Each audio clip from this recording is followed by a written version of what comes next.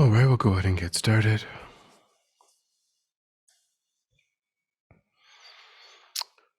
So we'll start by settling the body, adopting a stable, comfortable, upright position, serviceable for meditation.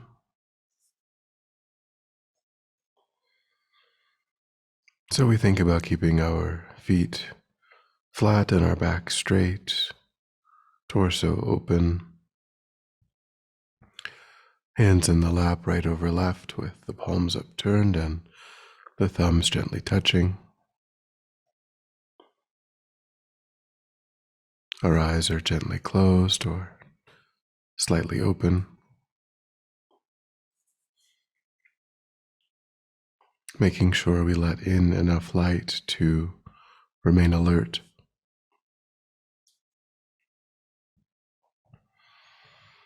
Try to maintain an awareness of not slouching or leaning.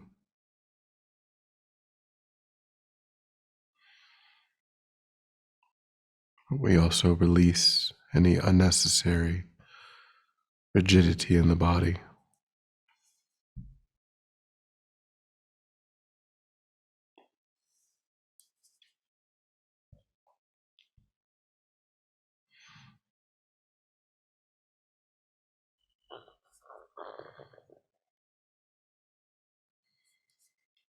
Trying to relax into a stable, comfortable, upright position.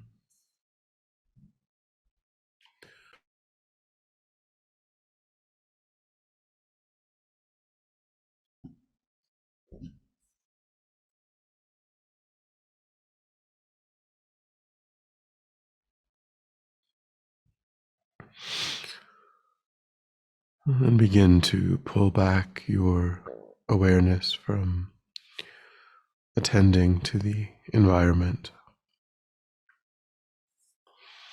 constraining it to the body and mind.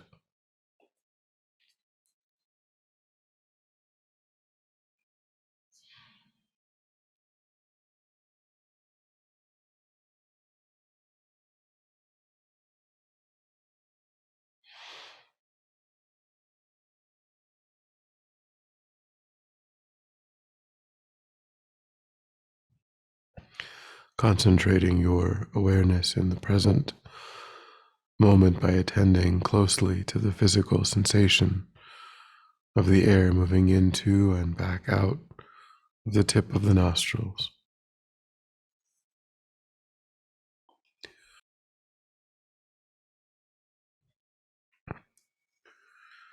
Noticing quickly when anything other than that one physical sensation is arising in the mind, and without judgment or frustration, lifting your awareness up from that distraction and placing it gently but firmly again and again on the breath.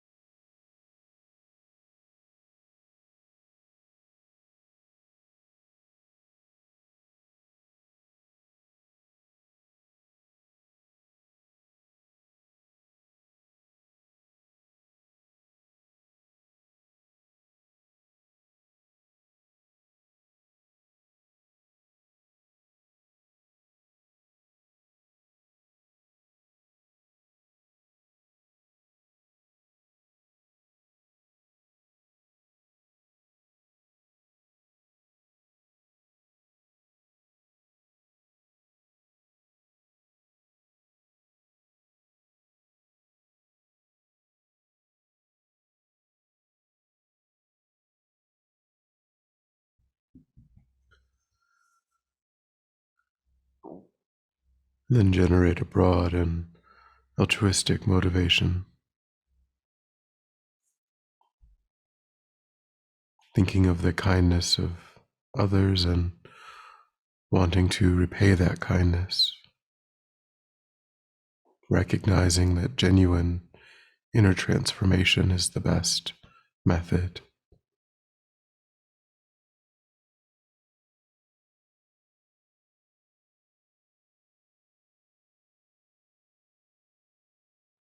Wanting to cultivate new, constructive ways of thinking and acting, wanting to reduce and ultimately eliminate ways of thinking and acting that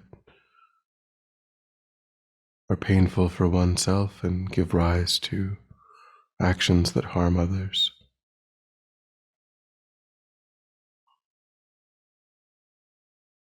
Wanting to fundamentally transform the mind in this way to become truly able to benefit sentient beings.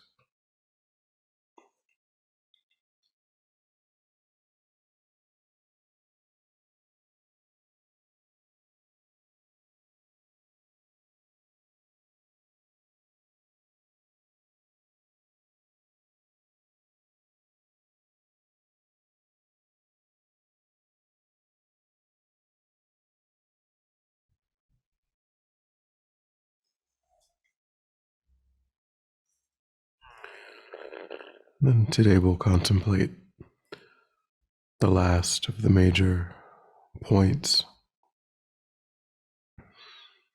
in the death awareness meditation. Previously, having contemplated the certainty of death and the uncertainty of the time of death, we now contemplate that at the time of death, it's only our spiritual practice that is of any benefit.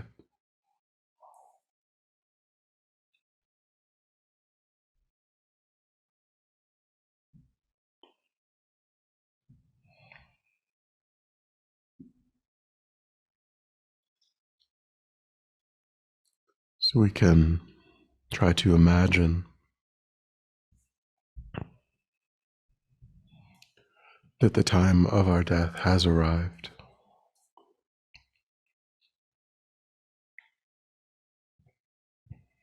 Lying in bed on our final day,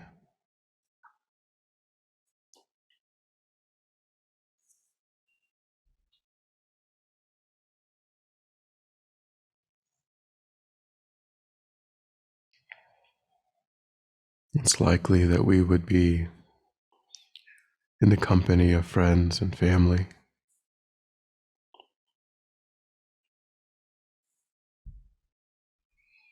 And often in life, in uncertain situations, we turn toward friends and family.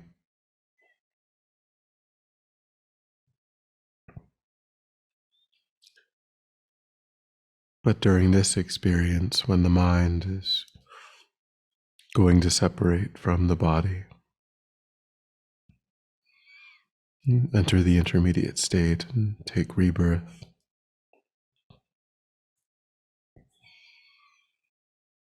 is there anything that our friends and family could really do?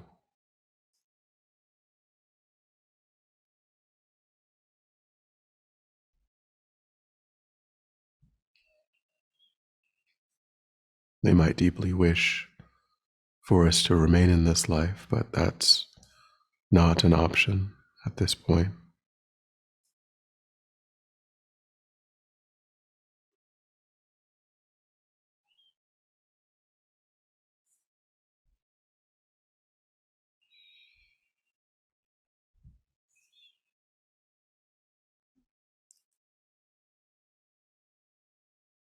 As the mind becomes more subtle and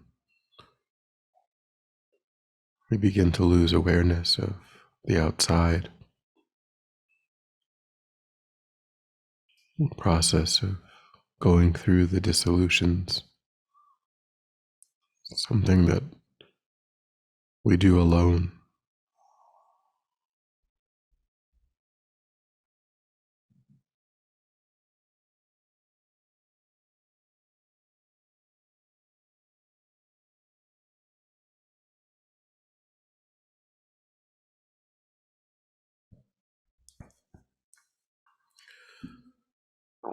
Try to think about the idea of separating from friends and family.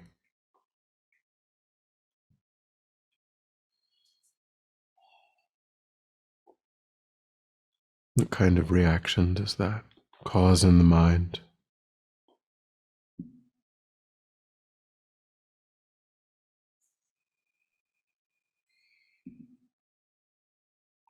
Is there a sense of panic, fear,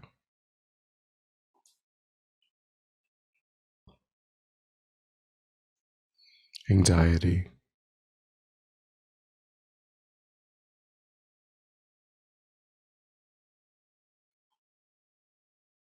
deep sadness?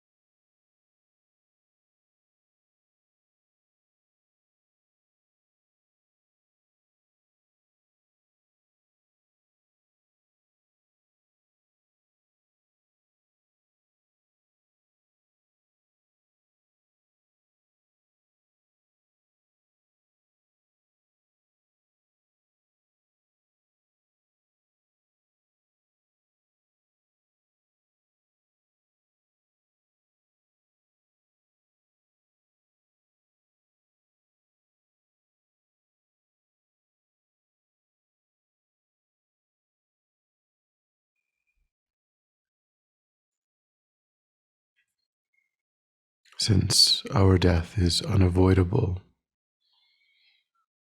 can we see how these reactions might hinder that peaceful transition?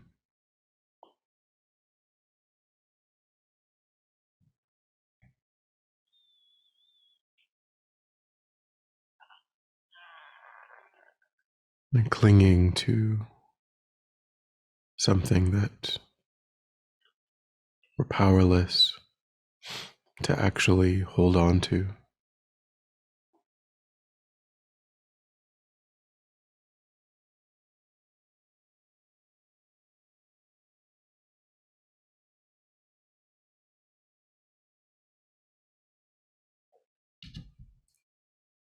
Try to see if you can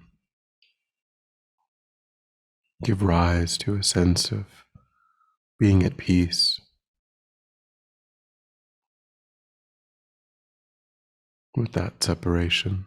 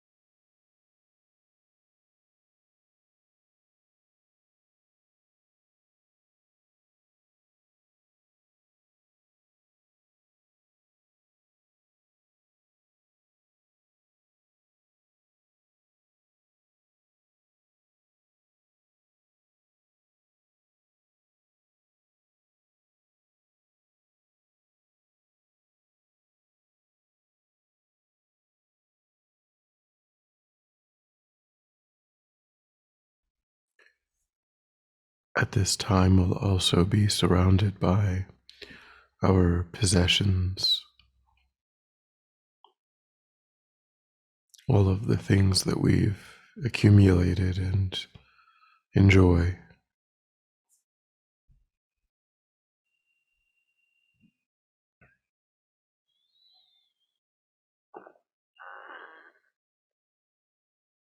And try to recognize that there's another separation here. It is unavoidable. No matter how much wealth or how many possessions we have at the time of death, at that moment, all of those will belong to someone else.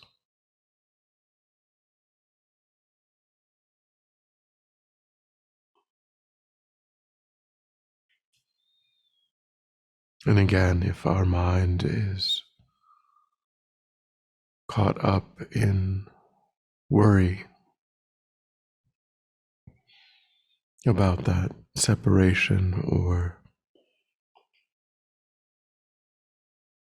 about who is going to get what,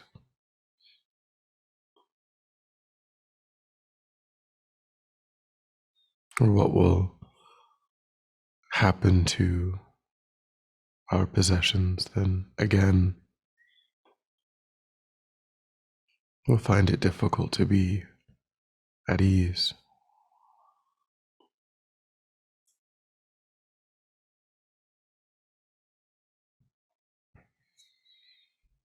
So contemplate this separation as well and try to identify if there's any resistance in the mind, anything you need to pay attention to, changes you want to consider making in your relationship with your possessions to get rid of that obstacle at the time of death.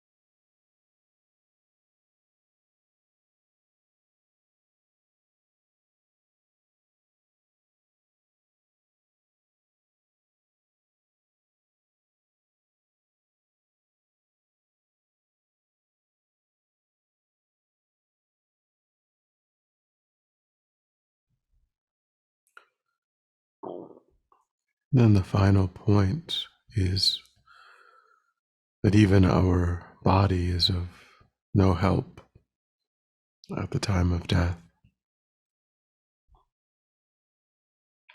We spend our lives looking after the body, protecting it, feeding it, washing and clothing it.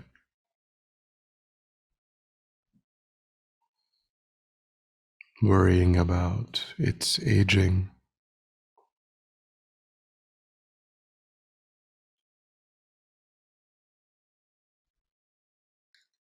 But again, at the time of death, we unavoidably will separate.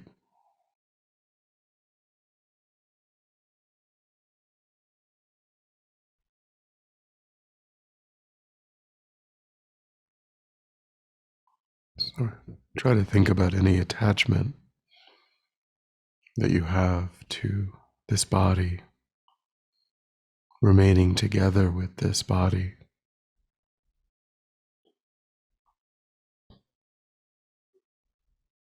Any fear that arises from the idea of separating, appropriating a different set of aggregates.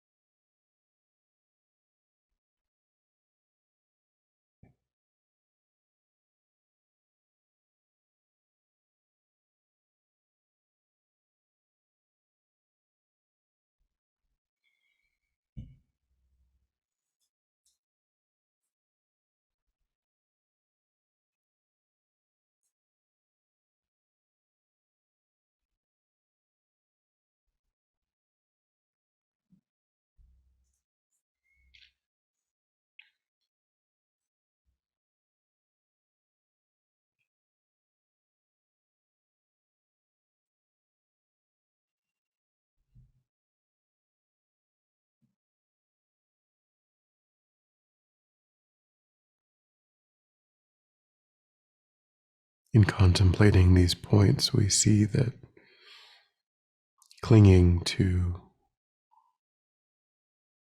friends and possessions and even the body at the time of death are all obstacles, as that separation cannot be avoided.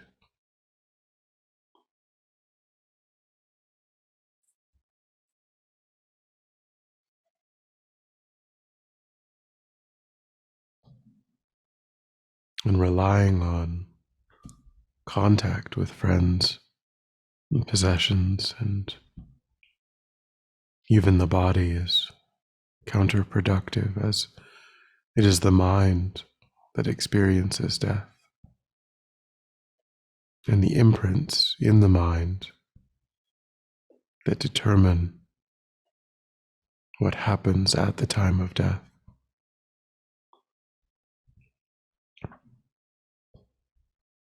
So try to set a strong determination to use the remainder of this life to reduce that clinging, and also to prepare by putting as many positive imprints in the mind as possible.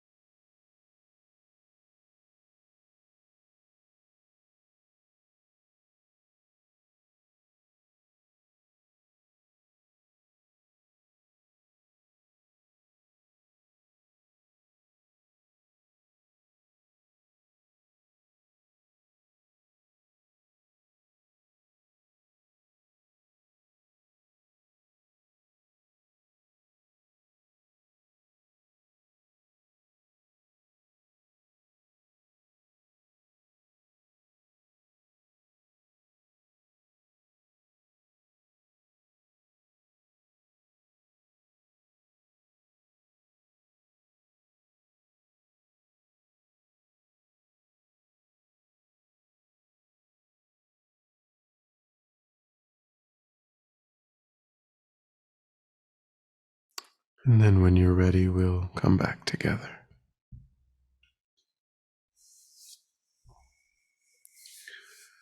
And we'll dedicate.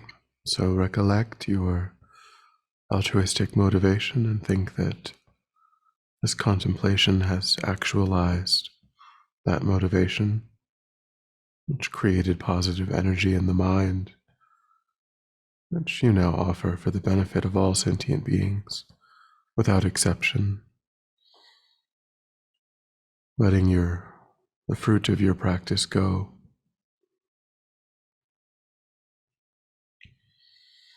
Thinking may it serve as a cause and condition to eliminate war, conflict, poverty, famine, disease, disasters, all painful inner and outer conditions.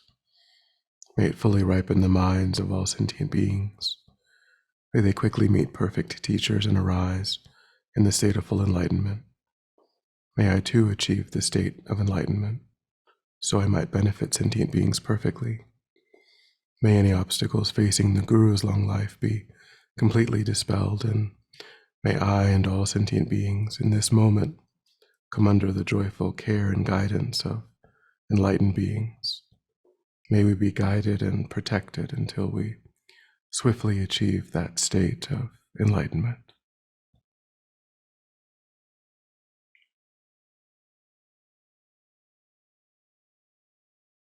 Thank you.